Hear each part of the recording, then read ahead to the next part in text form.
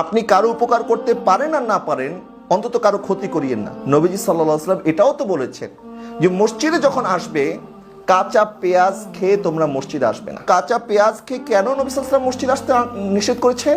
কারণ ওই কাঁচা পেঁয়াজের দুর্গন্ধ মুসল্লিদের জন্য কষ্টের কারণ হয়ে যেতে পারে।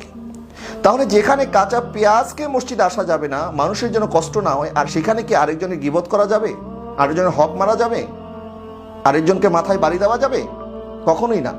নবী সাল্লাল্লাহু আলাইহি ওয়াসাল্লাম ইরশাদ করছেন, জুমার দিনে যে ব্যক্তি মসজিদে দেরি করে আসে এবং মানুষের কাঠ ডিঙিয়ে প্রথম কাতারে আসার জন্য মানুষের কাঠ ডিঙায়, নবী সাল্লাল্লাহু আলাইহি ওয়াসাল্লাম বলছেন সে যেন জাহান্নামে যাওয়ার জন্য সেতু নির্মাণ করছে।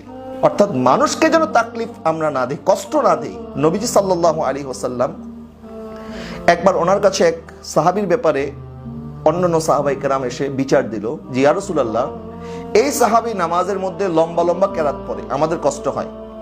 নবী সাল্লাল্লাহু আলাইহি ওয়াসাল্লাম তাকে ডাকলেন এবং বললেন, আমি কত কষ্ট করে করে মানুষকে দিনের পথে আনতেছি, আর তুমি কিনা তুমি এই সমস্ত কাজ করে মানুষকে দিন থেকে দূরে ঠেলে দিচ্ছ। তুমি লম্বা লম্বা কেরাত কেন পড়ছো? সেখানে অসুস্থ মানুষ থাকতে পারে।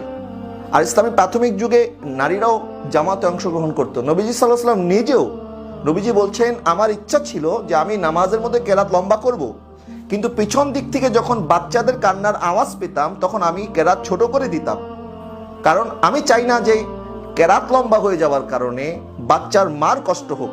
কারণ সে মহিলা তো নামাজও আদায় করছে, এদিকে বাচ্চাও কান্নাকাটি করছে, মুসল্লিদেরও কষ্ট হচ্ছে।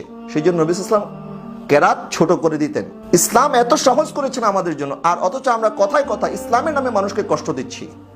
আপনি একটি ওয়াজ মাহফিল করবেন, এখানে 100 মানুষ জড়ো হয়েছে, আপনি 100টা মাইক লাগালেন গোটা এলাকার মধ্যে, কি দরকার আছে? এখন কেউ যদি এসে বলে আপনি এতগুলি মাইক কেন লাগাইছেন, মাইক কমায় দেন বা মাইক বন্ধ করেন, তখন আমরা তার বিরুদ্ধে আবার ফতোয়া শুরু করে দেবো, আরে তুমি তো ইসলাম বিদ্বেষী মানুষ, ওয়াজ মাহফিলের বিরুদ্ধে কথা বলতেছো। অথচ আমাদের করা কি দরকার ছিল, আমরা কি করছি?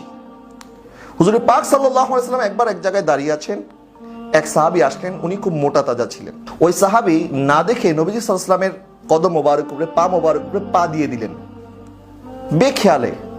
তো উনি যখন একটু মোটা তাজা ছিলেন, নবী সাল্লাল্লাহু আলাইহি ওয়াসাল্লামের খুব কষ্ট হলো, এবং নবী সাল্লাল্লাহু আলাইহি ওয়াসাল্লামের হাত মোবারকের মধ্যে একটি ছড়ি ছিল খেজুর গাছের পাতার মতো, সেটা দিয়ে নবী সাল্লাল্লাহু আলাইহি ওয়াসাল্লাম একটু আঘাত করলেন তার পেটের মধ্যে। বললো, আরে তুমি তো আমার পায়ের মধ্যে দাঁড়িয়ে আছো। তো সে বললো, ইয়া রাসূলুল্লাহ, আমাকে ক্ষমা করে দিন, আমি দেখি নাই। রাত্রিবেলায় ওই সাহাবী ঘরে গিয়ে কান্নায় ভেঙে পড়লো যে আমি কত বড় বেয়াদবি করেছি, যে আমার রাসূলের পাক সাল্লাল্লাহু আলাইহি ওয়াসাল্লামের পা মোবারক উপরে আমি নিজের পা দিয়েছি। না জানি আমার বিরুদ্ধে কোরআনের কোনো আয়াত নাজিল হয়ে যায় কিনা। ওই সাহাবী যখন অনেক ভয়ের মধ্যে ছিল, সকালবেলা নবীজি সাল্লাল্লাহু আলাইহি ওয়াসাল্লাম ফজরের পরে তাকে ডাকলেন। সেই যখন হাজির হলো, সে ভয়ের মধ্যে ছিল।